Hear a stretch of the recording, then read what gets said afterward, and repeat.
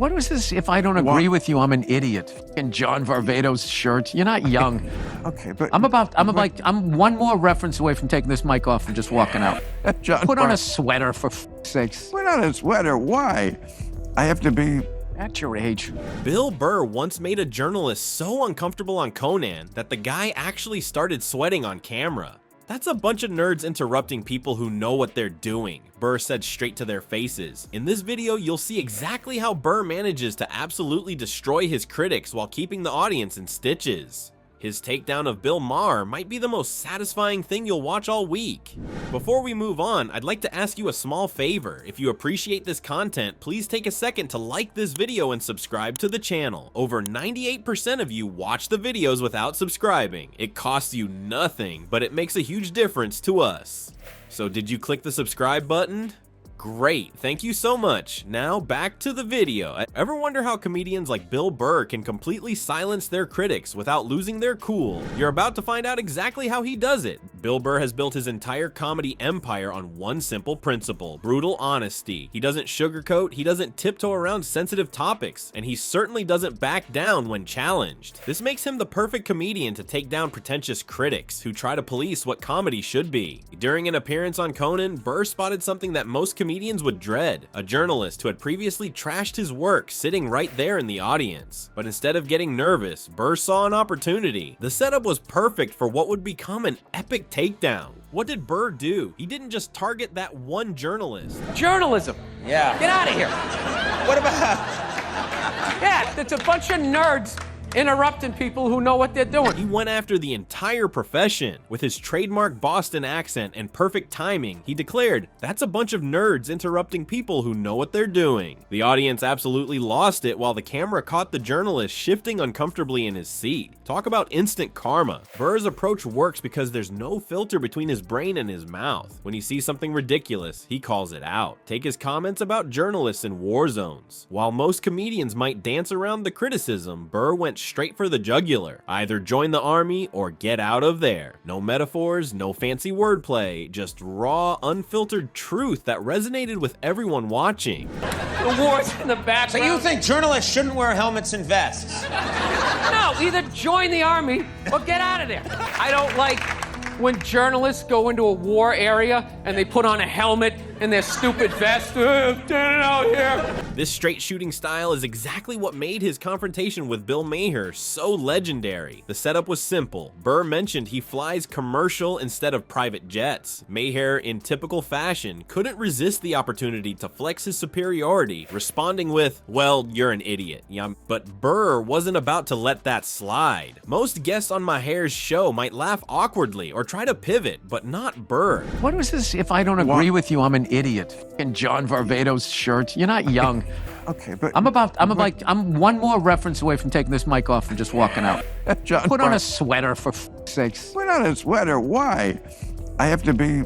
At your age. The tension in the room built as Maher continued his smug routine. When discussing music, Maher tried to sound intellectual with the comment, "Isn't that all Fast and Furious for the music?" dropping an obscure reference to show off his supposed cultural knowledge. Sound of music, fool. Aren't those all the same movie? No. Isn't that all Fast and the Furious for the musical lovers? And then after that, did they move? Did they move to the garage and have put some basil on their fry up? My Fair Lady's based on Pygmalion. Oh, that's based on that.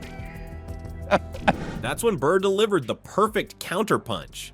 "That's an asshole thing to do, to use the English word for an attic in California," he shot back. In one sentence, he exposed Maher's pretentiousness while staying completely true to his comedic voice. The audience who had been watching this verbal tennis match erupted in approval. Can I tell you something, Bill? Most of the shit you say is not smart.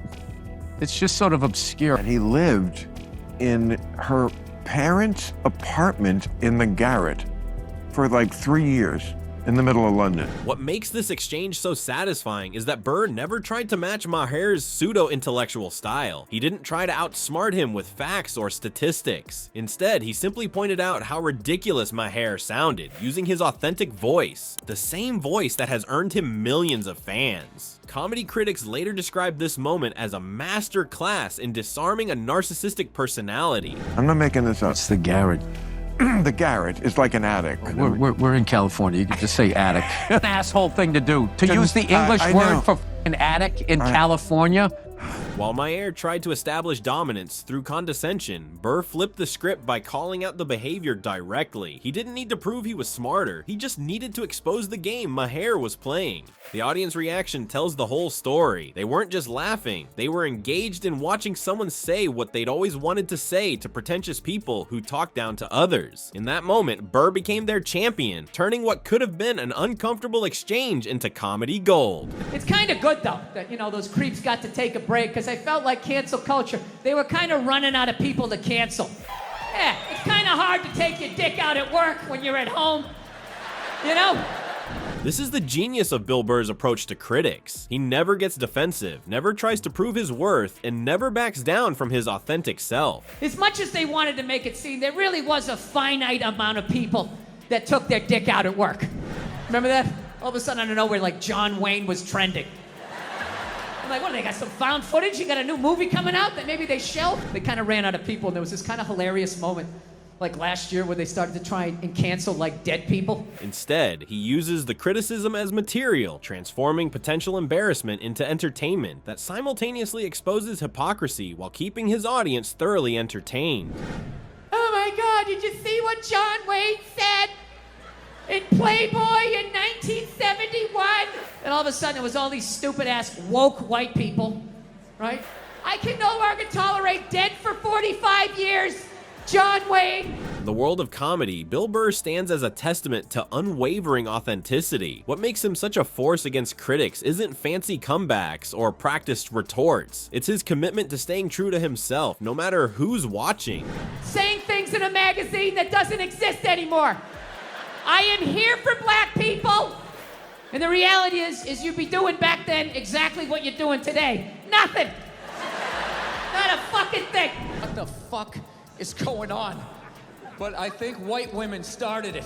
I had no idea how difficult it was to be a white woman in the United States of America. Burr famously refuses to apologize for his comedic style, embracing the reality that some people will love them while others will hate them. This is the secret sauce behind his legendary takedowns. When faced with criticism, Burr doesn't crumble or backpedal. Instead, he doubles down on who he is. His approach teaches us something valuable. Developing unwavering confidence in yourself and your material isn't optional, it's essential. So next time someone tries to tear you down, remember the Burr method. Own who you are, point out the absurdity, and make the room laugh at your critic instead of you. And if you want to see more comedians who turn awkward moments into comedy gold, hit that subscribe button